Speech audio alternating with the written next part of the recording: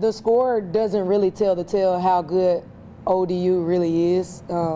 Marshall was undefeated, and they just, obviously James Madison beat them first, but they beat Marshall in overtime Saturday, so a couple days ago. They're really good. I think that our pressure and our defense really made them struggle to score. So our game plan was try to eliminate the transition buckets and try to make them have to score in the half court, which I think is a little bit of a weakness for them. But also, I mean, there's things we can clean up, right? We had 26 turnovers. We gave them 17 points off of them. They had 7 O boards at the half, and they ended with 20. So obviously, there's things that we could be better at. A little bit of that is because of the league, but we know that, you know, we can control those things. But hey, you take care of home court. You're now sitting at 8-1 with a massive game on Saturday. So this should give us some confidence, a little bit of bounce going into a huge game. It's the biggest game of the season coming up on Saturday. This is the second game in a row where you've had to maybe lean on Mimi to do a little bit more heavy lifting. Just your thoughts on how she responded. I mean, to be honest with you, when we have to, I don't blink because I trust Mimi. Mimi's been with me a year and a half now. She's earned it. She's proved it. And she's always going to deliver. You know, she transferred from ODU, and I'm happy that she's with us. You know, 15 points, 16 rebounds, 5 assists, 4 steals. That's an insane stat line. I know she ain't happy about the turnovers, but we can clean that up. The rest of it is really, really good, and couldn't be more happy for her. You know, Marlie getting the 9 points, 10 rebounds, 2 steals, making her free throws, I think was huge for her. And I just think that today was about playing extremely hard and getting a win. We can't go 2-0 if we don't get the first one. So it was all about this first one, just relying on our team to show up. And credit to them, because no matter what time shoot-around is, we taking it. So we were here at 6 a.m. and I think that the score reflects that we were up and rolling this morning. Mimi, for you personally, the last couple games, like you've really gotten your momentum, everything going. Just what's been working for you? Just what's your mindset out there? These last couple of games, I've been trying to work on like getting my teammates involved, and then, you know, letting it come to me. So the more I let it come to me, the more confident and, you know, the better shots I take, and the more I score. Maybe was there any extra emotion involved with this one today? And if so, you know, how did you channel that such a really good performance? No, I don't really think I had any emotions, because I think last year I came in with a lot of emotion and that didn't go too well for us and for me. So I just like any other team we played. Marlie, for you, just how cool was it being just the school day game environment today? It was a cool experience. It's always nice to come to the arena and play home games because we always have a pretty good turnout. It's not something I'm used to, and we appreciate the support from the community. So it was just really nice to see all the kids on Education Day. I wanted to ask you about, you know, just your play on both ends of the floor. I mean, just, you know, almost got the double-double. Just what was your approach out there? What's been working for you just on both ends of the floor lately? I feel like today specifically, I just really went into the game with the mindset of focusing the controllables, and that was something I've really been focusing on and talking to Coach Coleman about, because I feel like I play my best when I let my defense fuel my offense. So that's kind of just what I tried to let happen today, and just playing freely and knowing that what's going to come is going to come to me.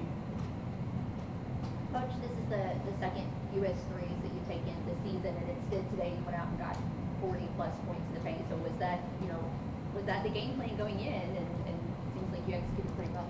Did y'all ever think y'all would see a stat sheet where we only took 15 threes? I know I didn't.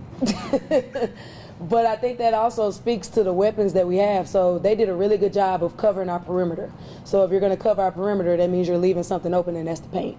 You cannot guard everything. And that's what I love about this team is, okay, you can take away the 3-ball, but you're going to allow us to get to that paint, and we're going to score in the paint. So either way, I think that we have the capabilities to score, and you took away the 3-ball, and we still scored 84 points. So if I'm looking at that, I'm thinking, oh, Lord, they only hit 5 threes, and they still scored 84 points. So you can take whichever one you want to take away. We're going to make you pay regardless, but we knew that they were going to do that. So, I mean, we start practice off every day with contact finishes, making layups. And we also tell them we want paint production. And I thought that was great for us to get the paint production because you're going to have teams that are going to take that 3-ball away. So we got to be able to score in the paint when they do. Coach, you mentioned the JMU game on Saturday. Now, thinking back to last year, JMU was really the team that everyone was chasing all year long. They sat there in first place the whole season. Now, they're kind of flipped this year where you guys are now alone in first. So kind of just talk about the dynamics of that going into the game and kind of more being the hunted. Yeah, I think that going into the Troy game, we didn't quite understand that when you go up against those caliber of teams, they want you, and they want you bad. And if Troy wants us that bad, how bad you think JMU wants us, right? They went 18-0 in conference. They felt like they should have won a tournament last year, and we took that from them. So I think that there's no doubt about it. They're going to come in here starving and ready to go. So we have to understand the magnitude of that game and understand that, that yes, we are being hunted, but we still want to be hunters, right? They've been there, done that. We're trying to build this program into that, so we're not there yet. So I just want us to stay hungry and humble and understand that we got to play our tails off Saturday to get a big win. What's something you want to improve on, between now and Saturday as you prepare for that? I think it's just each game is different. So understand that there's going to be a little bit of a game plan tweak for James Madison based off how we think they're going to guard us and based off what we think that we could do to mess them up when they're on offense. So I think it's just about just continue to clean up the things that we could clean up, continue to get better at rebounding, just take care of the ball, shooting the right shots, which these are things we do every single day. So to be honest with you, when we practice, we work on the same stuff because we know that if we can be elite at what we want to be elite at, it's going to be hard to beat us. So we'll focus on the game plan for them while still trying to clean up, things that we can clean up in the press, clean up the rebounding, not turn the ball over, finishing in the paint, things like that.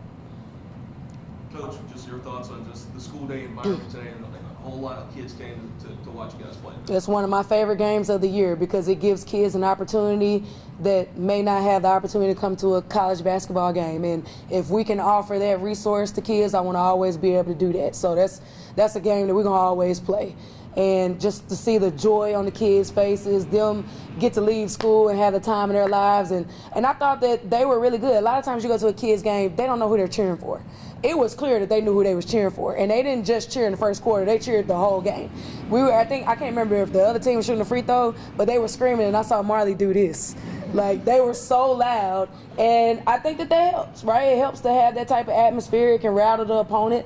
And it's one of my favorite games of the year for sure. Coach, I know you've been focused on this one. You've probably seen JMU a little bit. What your impression? How do they look compared to last year? I mean, James Madison is James Madison regardless of who's on that floor. They have an identity about them that is winning. And they do all the things right. They play hard. They're well coached. So we have to be super disciplined and locked in to what we want to do. They still play the same way. It's just a couple different players. They lost a couple key pieces, but they went out in the portal and got some pieces to replace them. I think that they're just as good. And for us, I think that we're just as good or better as well. So I think it's going to be a great game, a great atmosphere.